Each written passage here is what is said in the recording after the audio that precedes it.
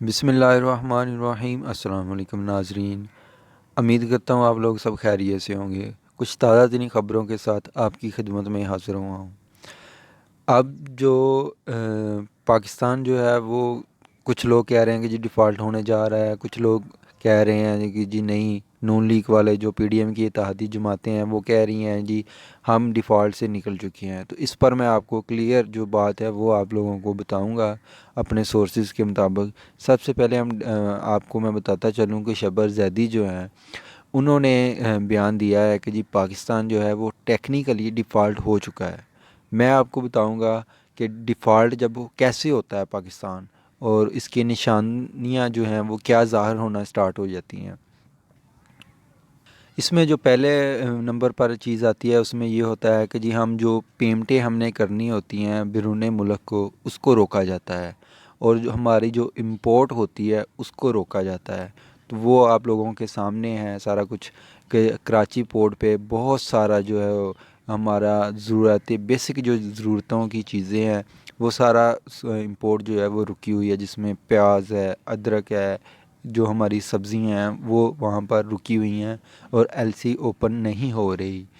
تو یہ ایک سارا جو امپورٹ ہے وہ بھی ہماری سٹاپ ہوئی ہے، اور دوسری سائڈ پر جو ہماری پیمنٹیں ہم نے بیرون ملک کی جو ایئر لائنز ہیں ان کو پیمنٹیں کرنی ہیں، لیکن اسٹیٹ بینک جو ہے اس نے وہ بھی روک دی ہوئی ہیں، اور یہ امپورٹ کا جتنی بھی ایل سی ہیں وہ اسٹیٹ بینک نے اس کو اوپن نہیں کر رہا اور اس کو روک کے رکھا ہوا ہے۔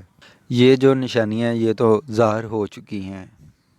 اب پاکستان کے پاس اتنے پیسے نہیں ہیں کہ وہ پٹرول، ڈیزل اور یہ چیزیں خرید سکیں، اور سبزیوں کے بھی ہمارے پاس پیسے نہیں ہیں کہ ہم سبزیاں جو ہے وہ امپورٹ کر سکیں، جبکہ یہ پاکستان ایک زرعی ملک ہے۔ اسی صورتحال پر شیخ رشید صاحب کا بھی بیان سامنے آیا ہے۔ انہوں نے بتایا ہے کہ جی پیاز کی جو قیمت ہے وہ 300 روپے کلو ہو چکی ہے، ٹماٹر بھی بہت مہنگا ہو چکا ہے۔ اگر یہی صورتحال رہی تو جو پاکستانی عوام ہے وہ سڑکوں پر نکل آئے گی، اور اس سے بہتر ہے اس سے بچنے کے لیے کہ آپ الیکشن کی طرف چلے جائیں۔ اب یہ صورتحال ہو چکی ہے کہ پاکستان کے پاس چونکہ پیسے نہیں ہیں، اب جو ہمارے ذخائر ہیں وہ 6.7 6.7% جو ارب ڈالر ہے وہاں تک پہنچ چکے ہیں، جن میں سے 6 ارب جو ہیں وہ ہمارے دوست ممالک جنہوں نے ہمارے دیے ہوئے ہیں ذخائر میں رکھنے کے لیے، اس کو ہم استعمال نہیں کر سکتے۔ اگر وہ اپنے واپس سے لے لیتے ہیں تو ہمارے پاس تو ذخائر جو ہیں وہ ختم ہو جاتے ہیں۔ یہ بھی ایک نشانی ہوتی ہے جب کوئی بھی ملک ڈیفالٹ ہونے کے قریب ہوتا ہے کہ اس کے جو ذخائر ہوتے ہیں وہ بہت تیزی سے نیچے کی طرف آنا شروع ہو جاتے ہیں۔ تو ہمارے جو ذخائر ہیں وہ ابھی بہت خطرناک حد تک نیچے آ چکے ہیں۔ اب جو باہر کے انویسٹر ہیں وہ بھی پاکستان میں پیسہ انویسٹ کرنے سے انکار کر چکے ہیں۔ اب اس صورتحال میں اگر کوئی ہمیں قرضہ دیتا ہے تو وہ بہت زیادہ سود پر لے گا، ہمیں دے گا، یعنی کہ وہ پروفٹ جو ہے سود ہے وہ زیادہ لے گا۔ اس کی مثال اسی طرح ہے جس طرح جواریہ جو ہوتا ہے وہ جوا لگاتا ہے، کرکٹ میچ ہوتا ہے تو اس میں جو ہلکی ٹیم ہوتی ہے تو اس پر جب وہ پیسے لگاتا ہے تو اس کو پروفٹ زیادہ آتا ہے۔ تو اسی طرح اگر ہمیں کوئی بانڈ، اب انہوں نے سوچا ہے گورنمنٹ نے کہا جی ہم بانڈ جو ہے نا وہ اپنے سیل کریں گے، تو وہ اسی وقت کوئی پرچیز کرے گا جب اس کو پتہ ہوگا، وہ رسک لے گا، جو جس طرح ایک جواریہ رسک لیتا ہے کہ جی اگر میں اس کو خرید لیتا ہوں، اگر یہ ٹیم جیت گئی تو مجھے اتنے زیادہ پیسے اس کے ملیں گے۔ تو اسی طرح ہمیں جو سود ہے وہ زیادہ دینا پڑے گا، وہ بھی پاکستان پر جو ہے نا وہ قرضہ زیادہ چڑھے گا۔ تو یہ ساری صورتحال اس وقت چل رہی ہے پاکستان میں۔ پاکستان ٹیکنیکلی جو ہے وہ ڈیفالٹ ہو چکا ہے، ٹھیک ہے۔ یہ شبر زیدی کا ہے، اور یہ جو معاملات ہیں وہ آپ کے میں نے سارے سامنے رکھ دیے ہیں کہ نہ ہمارے پاس جو ہماری بیسک ضرورتیں ہیں، سبزیاں ہوگیں، وہ خریدنے کے پیسے نہیں ہیں۔ ہمارے پاس آئل جو تیل ہے، پٹرول ہے، ڈیزل ہے، اس کو خریدنے کے ہمارے پاس پیسے موجود نہیں ہیں۔ لیکن جو وزیر خزانہ ہے اس وقت اسحاق ڈار، وہ ان کی لڑائی چل رہی ہے مفتاح اسماعیل جو مفتاح اسماعیل ہیں، جو ان کے پی ڈی ایم کے سابقہ وزیر خزانہ رہے ہیں، اب یہ ایک دوسرے کے اوپر ڈال رہے ہیں۔ تو ابھی جو یہ موجودہ وزیر خزانہ ہے وہ کہہ رہے ہیں کہ جی نہیں، کوئی ڈیفالٹ نہیں ہوا، سب کچھ بہترین ہے۔ اگر ڈیفالٹ کے قریب نہیں ہیں ہم، تو یہ جو ایل سی پینڈنگ پڑی ہوئی ہیں اس کو کیوں روکا ہوا ہے؟ اس کو اوپن کریں۔ اب میں آپ کو ایک حیران کن بات یہ بتاتا چلوں، یہ جو کمپنیاں ہوتی ہیں جس کرنسی ایکسچینج والی پرائیویٹ کمپنیز ہیں، ہنڈائی ایک ہے، اس میں جو ڈالر کا ریٹ ہمیں مل رہا ہے اس وقت وہ 260 روپے کا مل رہا ہے۔ 260 روپے کا ایک ڈالر جو ہے وہ بک رہا ہے ہنڈائی پر۔ تو یہ بہت ہی خطرناک جو ہے نا یہ خبر ہے۔ تو اس پر یہ جو پی ڈی ایم والے ہیں، یہ انہوں نے چند ماہ کے اقتدار کی خاطر اپنی کرسی بچانے کی خاطر پورے ملک کو جو ہے وہ تباہ و برباد کرنے کی ڈھان لی ہوئی ہے کہ جی ہم نے اقتدار نہیں چھوڑنا، جو مرضی ہو جائے۔ ابھی ان کا این آر او 2 جو ہے وہ جاری و ساری ہے، اس میں ابھی سلمان شہباز صاحب کو بھی این آر او 2 مل رہا ہے، آگے آنے والے چند دنوں میں نواز شریف صاحب کو بھی این آر او 2 ملے گا۔ تو یہ صرف اپنے مفاد کی خاطر کرسیوں پر بیٹھے ہوئے ہیں، عوام کی ان کو کوئی فکر نہیں ہے۔ عوام کس حال میں پس رہی ہے، مہنگائی میں پس رہی ہے، ہمارے پاس پیاز، ٹماٹر، ان چیزوں کے خریدنے کے پیسے نہیں ہیں۔ 300 روپے کلو ٹماٹر جو پیاز ہے وہ ہو چکے ہیں، ٹماٹر بھی 200-300 کے قریب ٹماٹر بک رہا ہے، آلو ہے وہ بھی بہت مہنگا ہے۔ تو یہ ساری چیزیں، جو آٹا ہے وہ 120 روپے ہے کلو۔ تو ساری یہ جو بیسک میں نے ابھی آپ کو چیزیں بتائی ہیں، یہ تو ایک غریب جو مزدور آدمی ہے اس کی ضرورت کی چیزیں ہیں۔ اگر وہ بھی یہ نہیں خرید پاتا تو پھر آپ خود اندازہ لگائیں کہ وہ کہاں جائے گا، بھوک سے ہی مرے گا نا۔ لیکن یہ جو امپورٹنٹ ٹولہ ہے، ان کو کوئی فکر نہیں ہے غریب آدمی کی۔ یہ جسٹ اور جسٹ اپنے اقتدار میں اپنے این آر او 2 کو، اپنی جو چوری کی ہوئے پیسے ہے اس کو بچانے میں لگے ہوئے ہیں۔ دوسری طرف ارشد شریف جو شہید ہمارے صحافی بھائی ہیں، ان کے ساتھ بہت خطرناک اور خوفناک کھیل جو ہے انہوں نے کھیلنے کا مائنڈ بنایا ہوا ہے۔ اسٹیبلشمنٹ کے جو موہکار ہیں، سہولت کار ہیں اس امپورٹر سرکار کے، اور امپورٹر سرکار دونوں نے مل کر جو ہے یہ کھیل سٹارٹ کرنے کا کوشش کر رہے ہیں، بلکہ اس کو سٹارٹ کر دیا ہوا انہوں نے۔ تو یہ ایک بہت ہی شرمناک حرکت یہ انہوں نے کر رہے ہیں، لیکن یہ ایکسپوز ہو رہے ہیں۔ میں نے کل بھی آپ کو بتایا تھا کہ یہ کس طرح سے جو ہے وہ ارشد شریف کے فیس بک پیج سے اڈلٹ جو ایکٹرس ہیں ان کو فالو کیا جا رہا ہے، اور یہ ثابت کرنے کی کوشش کی جا رہی ہے کہ خدا نخواستہ کہیں وہ ارشد شریف جو ہے وہ کریکٹر لیس آدمی تھا۔ لیکن میں آپ کو بتاتا چلوں اس جیسا صحافی پاکستان میں کبھی نہیں پیدا ہوا، اور آنے والے وقتوں میں مجھے نہیں لگتا کہ اس طرح کا کوئی صحافی آئے گا۔ وہ بہت شاندار اس کی جو رپورٹنگ ہوتی تھی وہ تھی۔ ابھی ہمارے ذرائع نے یہ دعویٰ کیا ہے کہ آئی ایس آئی نے ارشد شریف شہید کے خاندان، عزیز رشتہ داروں اور دور دراز کے تعلق داروں تمام لوگوں کے فون اور موبائل مانیٹر کر رہا ہے۔ یہ عادل راجہ جو ہیں انہوں نے بھی یہ ٹویٹ کر کے رپورٹ کیا ہے، اور اس میں ایک اور مزید یہ دعویٰ کیا جا رہا ہے کہ ارشد شریف شہید کے خاندان کو انصاف کی فراہمی ناممکن ہے۔ این آر او 2 جاری رہے گا۔ نواز شریف کی واپسی مارچ اپریل 2023 میں پلان ہے، اور انہیں یہی عدالتیں ریلیف فراہم کریں گی۔ مزید پلان ہے کہ پی ٹی آئی کو کمزور کرنے، اس کی قیادت کو نشانہ بنانے کا مشن جاری ہے۔ جیسا کہ عمران خان کو جو ہے وہ الیکشن کمیشن جو ہے وہ نااہل کرنے کی کوشش کر رہا ہے کہ اس کو چیئرمینی کے عہدے سے ہٹا دیا جائے۔ ابھی یہ جو آئی ایس آئی اور امپورٹر سرکار ہے، یہ انہوں نے ایک پروپیگنڈا سٹارٹ کرنا شروع کیا ہے۔ آنے والے وقتوں میں یہ آپ کے جو لفافہ صحافی ہیں اور میڈیا ہے اس پر بھی نظر آئے گا۔ ذرائع کا دعویٰ ہے، یہ عادل راجہ نے ٹویٹ کیا ہے، میں وہ آپ کو پڑھ کے سنا رہا ہوں۔ یہ میں اس لیے بتا رہا ہوں کہ جس نے یہ رپورٹنگ کی ہے اس کو اس کا کریڈٹ جانا چاہیے۔ اور عادل راجہ نے لکھا ہے کہ جی ذرائع کا دعویٰ ہے کہ ISI میڈیا ونگ اور نون لیگ میڈیا سیل مل کر مندرجہ ذیل بیانیہ چلائیں گے، جس کے لیے مختلف میڈیا ہاؤسز میں 1 ارب روپیہ بانٹا جا رہا ہے۔ 1 ارب روپیہ اس لیے یہ بانٹ رہے ہیں کہ جی یہ ارشد شریف کو کریکٹر لیس ثابت کر سکیں۔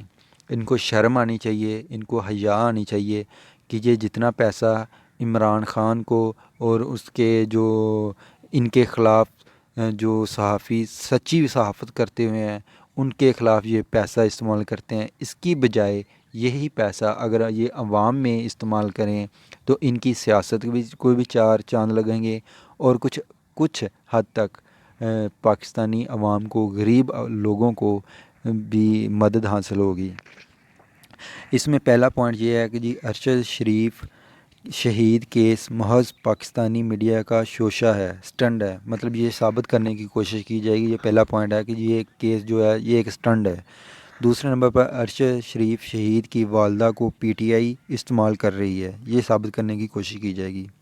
اور ARY کے مالک سلمان اقبال نے ارشد شریف کے خاندان کو 15 کروڑ روپے فراہم کیے ہیں تاکہ وہ PTI کی مدد کریں۔ نمبر 3، پروپوگنڈا کیا جائے گا کہ خرم احمد اور وقار احمد دونوں سلمان اقبال کے بندے ہیں اور وہ ارشد شریف شہید قتل میں ملوث ہیں۔ نمبر 4، ارشد شریف شہید کی اہلیہ جویریہ صدیق کی شدید کردار کشی کی جائے گی۔ دیکھیں یہ کس حد تک یہ شرم کا مقام ہے ان لوگوں کے لیے کہ ایک بیوہ جو ہے اس کو بھی یہ معاف نہیں کر رہے، اس کو بھی چھوڑ نہیں رہے، اس کی بھی کردار کشی کرنے کی کوشش کر رہے ہیں، اور ارشد شریف جو اس دنیا سے جا چکا ہے اس کی بھی کردار کشی کرنے کی کوشش کی جا رہی ہے۔ نمبر 5، ارشد شریف کے قتل کا ماسٹر مائنڈ ڈرٹی ہیری نہیں بلکہ سلمان اقبال ہے، یہ اس طرح کا تاثر دیا جائے گا۔ نمبر 6، ارشد شریف کے قتل پر والدہ کی جانب سے FIR کی درخواست کاشف عباسی نے تحریر کی تھی کہ یہ جو FIR ان کی والدہ نے عدالت میں جمع کروائی ہے یہ انہوں نے نہیں لکھی جی، بلکہ یہ لکھی ہے جی وہ ARY کے جو اینکر ہیں کاشف عباسی انہوں نے لکھی ہیں۔ نمبر 7، ARY اور PTI فوج کو بدنام کر رہے ہیں اور مسلم لیگ نون ایک اچھی پارٹی ہے۔ نمبر 8، ارشد شریف شہید کیس پر نئی JIT بنا دی گئی ہے مگر ارشد شریف کا خاندان اسے مشکوک بنانے پر لگا ہوا ہے۔ اس بیانیے کو چلانے کے لیے مختلف میڈیا ہاؤسز، بلاگرز اور سوشل میڈیا کمپنیز اور انفرادی ایکٹیوسٹ میں 1 ارب روپیہ بانٹا جا رہا ہے۔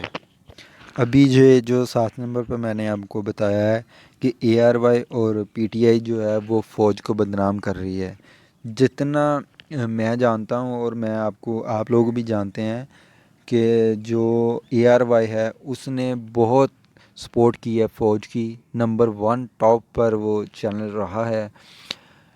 ارشد شریف جو ہیں انہوں نے فوج سے بہت محبت تھی ان کو، ان کے پورے خاندان کو، ان کے جو والد تھے ان کا جو بھائی تھا وہ بھی فوج میں تھے اور اس پاکستان کی خاطر انہوں نے قربانی دی ہے۔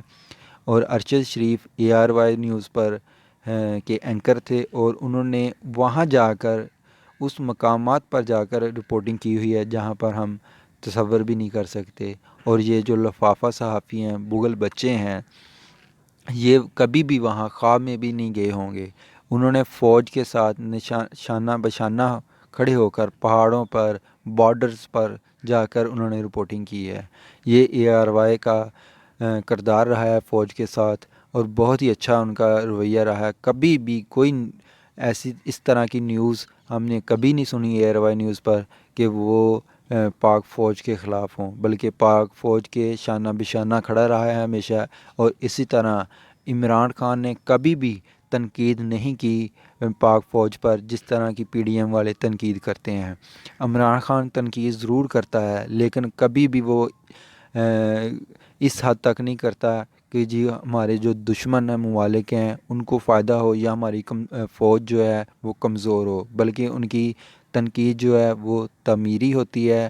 ہماری پاک فوج کو اس پر تھوڑا سا سمجھانے کی کوشش کرتے ہیں، لیکن اس کے برعکس جو پی ڈی ایم کی جماعتیں ہیں وہ فوج پر بہت سارے الزامات لگاتے ہیں اور گھٹیا قسم کی جو زبان ہے وہ استعمال کرتے رہے ہیں۔ مریم نواز جو ہیں اس نے ایک جلسہ تو نہیں میں کہہ سکتا، اس کو جلسی کہہ سکتا ہوں، اس میں اس نے نعرے لگوائے تھے یہ جو دہشت گردی ہے اس کے پیچھے وردی ہے، اور جو زرداری ہے اس نے فیض حمید کو کہا تھا کہ یہ اس کی کیا مجال ہے، وہ تو کھڈے لین لگا ہوا ہے۔ تو اس طرح کی یہ بہت ساری انہوں نے باتیں کی ہوئی ہیں۔ نواز شریف نے لندن سے بیٹھ کر ایک پریس کانفرنس کی، اس کو پاکستان کے سارے میڈیا والوں نے چلایا، اور اس میں انہوں نے کھل کر جو ہے وہ اس وقت کے جو آرمی چیف تھے جنرل قمر جاوید باجوہ صاحب، ان کا نام لے کر ان پر تنقید کی، انہیں قصوروار ٹھہرایا کہ جی باجوہ صاحب نے ہماری جو گورنمنٹ ہے چلتی ہوئی گورنمنٹ کو رخصت کروایا جنرل باجوہ نے یہ سارے معاملات جو ہیں ان کی وہ کسی سے ڈکی چھپی وہ ان کی جو تقریر ہے وہ نہیں ہے۔ تو یہ جو پی ڈی ایم والے ہیں یہ بہت گھٹیا قسم کی جو زبان ہے وہ ہماری پاک فوج کے لیے استعمال کرتے رہے ہیں۔ ہمارا پاک فوج کا ادارہ بہت ہی شاندار ہے اور بہت ہی مضبوط ادارہ ہے۔ ہماری جو پاک آرمی ہے وہ پہلے نمبر پر ہے۔ اسی طرح سے ان کی جو قربانیاں ہیں وہ بہت جو ہے وہ قابل اعزاز ہیں۔ ان پر اس طرح کی تنقید کرنا میں سمجھتا ہوں کہ ایک زیادتی ہوگی۔ ہاں کچھ لوگ ہوتے ہیں وہ جو اس ادارے کا بدنامی کا باعث بنتے ہیں، اس کا مطلب یہ ہرگز نہیں ہوتا کہ وہ ادارہ غلط ہے۔ وہ شخص غلط ہوتا ہے، ایک شخص غلط ہو سکتا ہے، دو ہو سکتے ہیں، لیکن پورا ادارہ کبھی بھی غلط نہیں ہوتا۔ تو اس طرح کا میرے خیال سے اگر آپ ایک ادارے پر تنقید کریں گے تو اس سے ہمارے پیارے پاکستان کو نقصان ہوگا، ہماری معاشیت کو نقصان ہوگا، ہماری فوج کو نقصان ہوگا۔ ادارے پر تنقید ہرگز نہیں کرنی چاہیے۔ کوئی بھی ہمارا پاکستان کا ادارہ ہو، چاہے وہ جوڈیشلی کا ہو، چاہے وہ پاک فوج کا ہو، یا اور بھی ہمارے بے شمار پاکستان میں ادارے ہیں، وہ پنجاب پولیس ہو، نیوی ہو، رینجر ہو، کوئی بھی ادارہ ہو، کبھی بھی ادارے پر تنقید نہیں کرنی چاہیے۔ جو بھی اگر آپ کو کسی شخص سے اختلاف ہے اس پر تنقید آپ کر سکتے ہیں، لیکن وہ بھی ایک لمٹ میں رہ کر، ایک تاکہ اس ادارے کو ٹارگٹ نہ کیا جا سکے۔ تو یہ تھی کچھ اب تک کی خاص خبریں۔ اب تک کے لیے اتنا ہی۔ اپنا خیال رکھیے گا اور اپنے اس چینل کا بھی۔ اللہ حافظ۔